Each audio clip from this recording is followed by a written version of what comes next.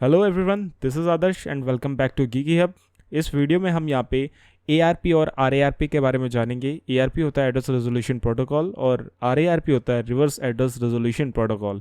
क्या होती हैं, क्या यूज़ हैं, इनके बारे में पूरी इन्फॉर्मेशन हम इस वीडियो में लेने वाले हैं। तो वीडियो में आगे बढ़ने से पहले मैं आपको बताता हूँ, अगर आपने अभी तक प्लेलिस्ट सेक्शन में जाके अभी तक कंप्यूटर नेटवर्किंग की इस प्लेलिस्ट को एक्सेस नहीं किया है तो काइंडली एक्सेस कर लो और इसे यहाँ से बुकमार्क कर लो ताकि आने वाली कोई भी वीडियो आपसे मिस ना हो। और अगर आप ये कोर्स काफ़ी टाइम बाद देख रहे हो तो यहाँ से प्ले ऑल करके पूरे कोर्स की प्लेलिस्ट आप वॉच कर सकते हो। इस कोर्स को देखने के बाद आपको बहुत अच्छी नेटवर्किंग से रिलेटेड नॉलेज हो जाएगी। और जाते जाते सब्सक्राइब भी जरूर से कर देना। सो गाइस, ARP जो होता है वो उसकी फुल फॉर्म होती है एड्रेस रिजोल्यूशन प्रोटोकॉल। जो RARP होता है उसकी जो फुल फॉर्म होती है वो होती है रिवर्स एड्रेस रिजोल्यूशन प्रोटोकॉल। तो ये दोनों की आपकी फुल फॉर्म होती है। तो इनका वर्क क्या है यहाँ जान लेते हैं।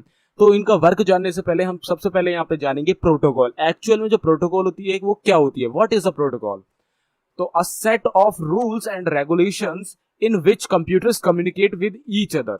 कुछ ऐसे रूल्स और रेगुलेशन का कलेक्शन या कुछ ऐसे रूल्स और रेगुलेशन का सेट जो कि आपको आप पर लागू होगा या आपके रिसीवर जो भी आपका जिसको कम्युनिकेशन कराना चाहते हो या जिससे करना चाहते हो उस पर लागू होगा, जिसमें आपको कम्युनिकेशन से रिलेटेड कुछ स्टैंडर्ड बताए जाएंगे और कुछ ऐसी लिमिटेशन बताई जाएंगी जिनके तहत आपको काम करना होगा।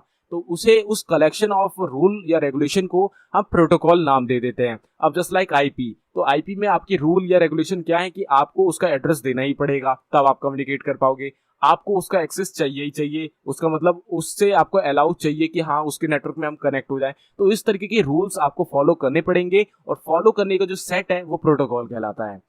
विच part of the conversation comes to which time, how to end the communication, मतलब ये सब चीजें कि कैसे एंड होगा, कहाँ पे मतलब कैसे वर्क हो रही है चीजें, ये सब पूरा एक तरीके का कलेक्शन इन सब चीजों का इन्फॉर्मेशन का एक प्रोटोकॉल कहलाता है। अब वो किसी भी चीज से रिलेटेड हो सकती है, फाइल ट्रांसफर से रिलेटेड हो सकती है, सिर्फ कम्युनिकेशन बेस्ड हो सकती है, या पूरा नेटवर्क क्रिएशन में हो सकती है, फाइल ट्रांसफर के साथ साथ नेटवर्क बिल्डिंग में हो सकती है। बहुत सारी डिफरेंट डिफरेंट चीजों में डिफरेंट डिफरेंट तरीके के प्रोटोकॉल्स होती है। तो यहाँ पे हम ARP के बारे में पढ़ने वाले हैं। तो ARP होता है address resolution protocol use to convert an IP address into a physical address. अब फिजिकल एड्रेस आपका मैक एड्रेस होता है, आपको पता ही है, जिसे हम हार्डवेयर एड्रेस भी कहते हैं। और मैक एड्रेस आपका 12 डिजिट का अल्फा न्यूमेरिकल नंबर होता है जो 32 से 128 बिट का हो सकता है।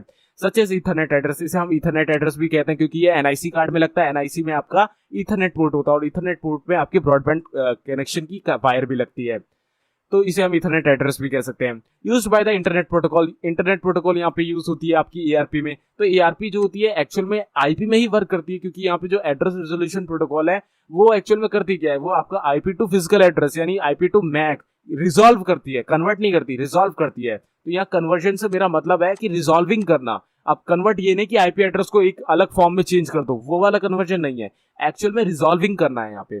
Specifically in IP version 4, IP version 4 में ये लाई करती है बिकॉज IP वर्जन 4 में हमारे लिमिटेड IP थे और उन IP से बचने के लिए हमने क्या किया, एक प्राइवेट और एक पब्लिक नेटवर्क बनाया। तो प्राइवेट नेटवर्क में आपकी जो भी PCs होते हैं वो जब भी नेटवर्क में आइडेंटिफाई करे जाते हैं तो वो आपके फिजिकल एड्रेस की मदद से ही किए जाते हैं, जिसके तहत आपको एक यूनिक आइडेंटिफिकेशन मिल जाता है। जबकि आपके प्राइवेट IP ऐसी हो सकती है जो कि किसी दूसरे नेटवर्क में एग्जिस्ट करती हो। To map IP network addresses to the hardware addresses used by a data link protocol. Data link protocol में ARP का यूज होता है, मैंने आपको ऑलरेडी OSI मॉडल वाली वीडियो में बता दिया था। The protocol operates below the network layer as the part of the interface between the OSI network and OSI link layer. तो दोनों के बीच में वर्क करती है इन लेयर्स के, और यहाँ पे इन दोनों लेयर्स के लिंक को आपस में जोड़ती है, क्योंकि एक लिंक में, एक लेयर में आपका मैक एड्रेस वर्क करता है, एक लेयर में आपका ARP RARP वर्क करता है, तो दोनों एक दूसरे से जुड़ी होती है। ARP maintains a cache table in which, तो गाइस ये एक तरीके की टेबल बनाती है, मैक टेबल कहते हैं या ARP टेबल कहते हैं, जिसमें आपके IP और मैक स्टोर होते हैं। अब कैसे स्टोर होते हैं हम इसका ओवरव्यू जान लेते हैं। तो गाइस मैंने आपको बताया मैक टेबल होती है, तो क्या होता है एक्चुअली जो ARP टेबल होती है। अब जैसे आपका प्राइवेट नेटवर्क है, आप प्राइवेट नेटवर्क में वहां पे वर्क कर रहे हो, तो प्राइवेट नेटवर्क की IP हो सकता है एग्जिस्ट हो किसी दूसरे प्राइवेट नेटवर्क में, तो आपका वहां पे यूनिक आइडेंटिफिकेशन नहीं हो पाता है। तो उस आइडेंटिफिकेशन को करने के लिए हम क्या करते हैं, हम एक राउटर लगाते हैं जिससे एक प्राइवेट नेटवर्क एक लॉजिकली राउटर की मदद से बिल्ड कर देते हैं। तो अब राउटर कैसे समझे कि कौन सा कंप्यूटर से क्वेरी आ रही है, कौन से कंप्यूटर में हमें रिजॉल्व करनी है, तो वहां पोर्ट फॉरवर्डिंग यूज होता है। तो हमारा जो नेटवर्क होता है उसमें हम किसी भी सिस्टम को जब यूनिक आइडेंटिफिकेशन करते हैं तो हम कभी भी आईपी की मदद से नहीं करते, हम मैक एड्रेस की मदद से करते हैं। अब जस्ट लाइक ये आपका एक राउटर है, ठीक है। अब राउटर से आपके 4 कंप्यूटर कनेक्टेड हैं, ठीक है। इसका एड्रेस होगा 192.168.1, ठीक है। इसका 2, इसका 3, इसका 4। तो अब हम यहाँ पे कोई भी कम्युनिकेशन रिक्वेस्ट भेजेंगे राउटर पे, तो वो जब रिजॉल्व होके वापस आएगी राउटर पे, तो राउटर आपके आईपी से आपको नहीं भेजेगा वो रिक्वेस्ट का रिस्पांस, वो आपका मैक एड्रेस भी लेगा जब वो रिक्वेस्ट जाएगी, और उस मैक एड्रेस के हिसाब से आइडेंटिफाई करेगा कि किस सिस्टम से आई है रिक्वेस्ट, और इसके बाद उसे फॉरवर्ड करेगा उस सिस्टम पे पोर्ट फॉरवर्डिंग के थ्रू, ठीक है। तो हम यहाँ पे बनता कैसे, जैसे आपने किसी भी सिस्टम से एक रिक्वेस्ट भेजी, तो जब वो आपके राउटर तक पहुंचेगी तब क्या होगा, एक्चुअल में वहां पे एक टेबल बनेगी जिसे हम एआरपी टेबल कहते हैं, या आप मैक टेबल भी कह सकते हो। वहां पे कुछ इस तरीके की टेबल होगी। तो आपके जैसे 4 सिस्टम कनेक्ट है तो वहां पे 4 कॉलम बन जाएंगे। यहाँ पे आएगा पहले का आईपी जो कि कुछ भी हो सकता है 192.168.0.1, ठीक है। इसका हो सकता है .2, इसका हो सकता है .3, इसका हो सकता है .4, आगे के सारे डिजिट सेम होंगे, ठीक है। तो इस तरीके से आपकी मैक टेबल या एआरपी टेबल बन जाएगी। तो यहाँ पे आपका होगा मैक एड्रेस यानी आपका फिजिकल एड्रेस। तो यहाँ पे आपका 12 डिजिट का वो नंबर सेव होगा जो कि यूनिक होता है हर सिस्टम का दुनिया में, और आपकी जिंदगी लाइफ टाइम में वो सेम ही रहता है। तो वहां पे क्या होगा कि जो भी रिक्वेस्ट जा रही है, जैसे इस कंप्यूटर से जा रही है, तो रिक्वेस्ट जाएगी, जब रिजॉल्व होकर राउटर पे वापस आएगी तो वो चेक करेगा कि उसका जो सोर्स था उस रिक्वेस्ट का, वो सोर्स में कौन सा मैक एड्रेस है, कौन सा फिजिकल एड्रेस है। तो उस फिजिकल एड्रेस को देखेगा और मैच करेगा इस टेबल के एड्रेसेस के साथ।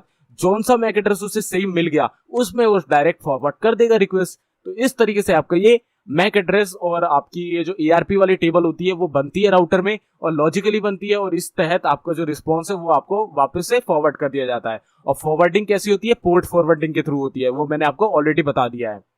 तो अब हम जान लेते हैं कि why we use ARP, ARP हम क्यों यूज करें। तो use to convert an IP address into physical address, यानी रिजॉल्व करने के लिए। ये आप रिजॉल्व समझे, ये कन्वर्ट बिल्कुल ऐसा मत समझना कि आईपी को हम किसी फॉर्म में कन्वर्ट कर रहे हैं, हम रिजॉल्व कर रहे हैं। Address such as an Ethernet address, a host wishing to obtain a physical address broadcasting ERP request onto the TCP/IP network।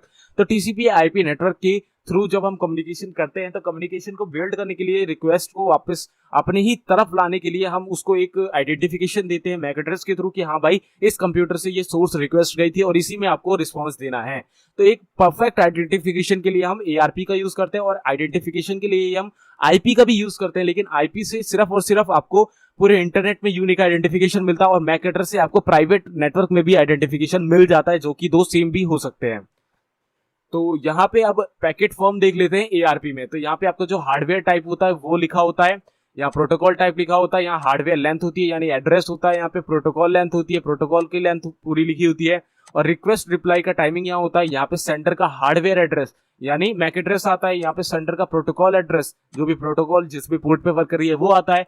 फिर यहाँ पे टारगेट लोकेशन आती है जहां पे हम पैकेट को भेज रहे हैं उसके मैक एड्रेस की, इसके बाद यहाँ पे उसकी भी प्रोटोकॉल एड्रेस की। तो इस तरीके से आपका पैकेट बना हुआ होता है, जो कि लगभग आपका 4 बाइट इसमें, 6 बाइट इसमें, 4 इसमें, 6 इसमें, और बाकी कुछ इस तरीके का पैकेट होता है जो कि आपका ट्रांसफर होता है। पैकेट का साइज होता है 1500 बाइट्स के आसपास, ठीक है, टोटल साइज, जिसमें आपका 6, 4, 10, 10, 20 बाइट तो सिर्फ और सिर्फ मैक एड्रेस लेते हैं, और बाकी जो भी ये लेंथ होती है, जो भी आपका पैकेट में डाटा है, वो बाकी रिमेनिंग बाइट यानी 1480 बाइट्स के आसपास का होता है। तो इस तरीके से एआरपी का पैकेट बनता है।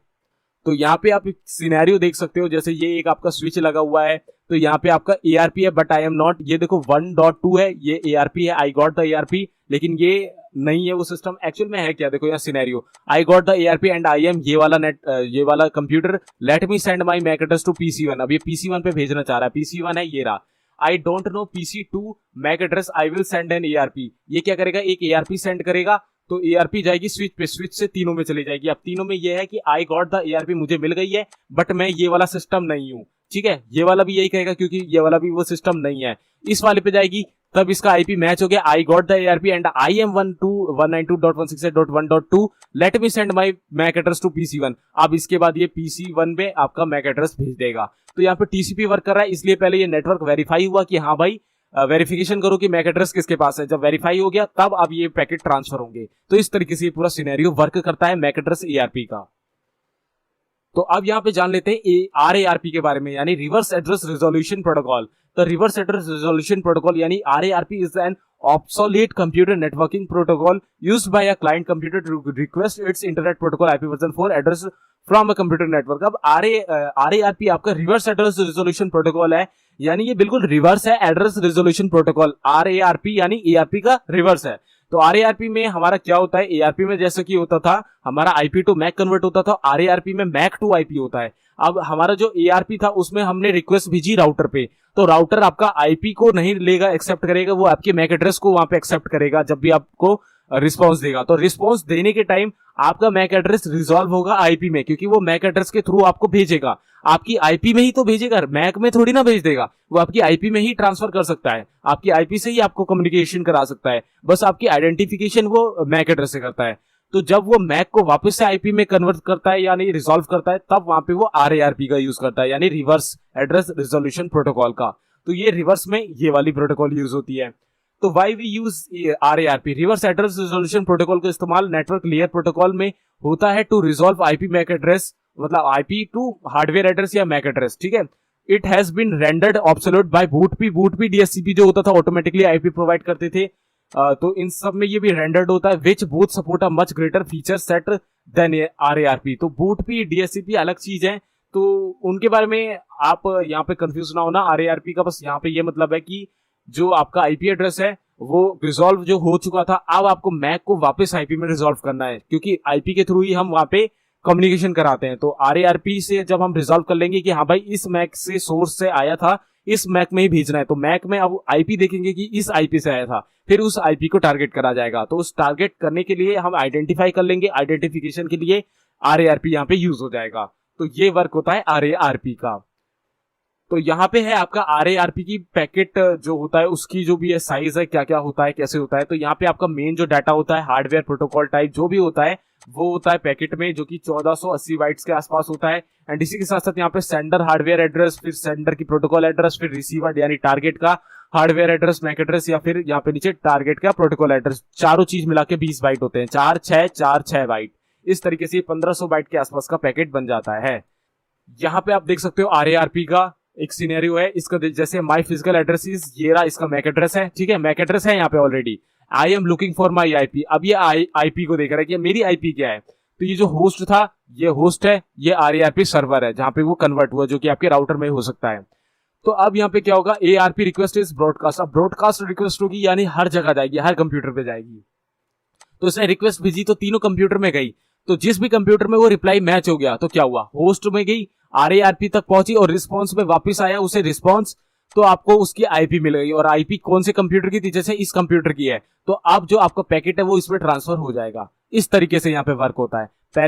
पहले में क्या था, IP थी, IP से वो मैक एड्रेस मांग रहा था, अब है आपका मैक एड्रेस है, अब वो IP मांग रहा है। तो पहला था कि किसी भी कंप्यूटर को आइडेंटिफाई करने के लिए, रिक्वेस्ट लेने के लिए, एक्सेप्ट करने के लिए वहां पे आपको उसका IP से आपका मैक एड्रेस चाहिए। अब आपकी रिक्वेस्ट वापस रिस्पॉन्स बन के जा रही है, तो आपके पास मैक एड्रेस है, तो वापस से IP रिजॉल्व करना है, तो तब RARP यूज हो रहा है। तो इस तरीके से आपका ARP और RARP यूज होता है हमारा किसी भी चीज को रिजॉल्व करने के लिए। आपके नेटवर्क में आपका मैक टेबल बनेगी, ARP टेबल बनेगी, जहां पे पूरा वो स्टोर होगा, पूरी एंट्री हो गई बाकायदा, एंड इसके साथ आपको आइडेंटिफाई करा जाएगा नेटवर्क में। तो कैसी लगी आपको ये वीडियो मुझे कमेंट करके बताइएगा, और अच्छी लगी हो तो लाइक करिएगा, कोई सवाल हो कोई सुझाव हो नीचे कमेंट करिएगा। सो मैं मिलता हूँ आपसे नेक्स्ट वीडियो में। Till then good bye, take care, stay healthy, और प्लेलिस्ट सेक्शन में एक बार जरूर चेकआउट मारना, आपके मतलब के कोर्सेज यहाँ मिल जाएंगे।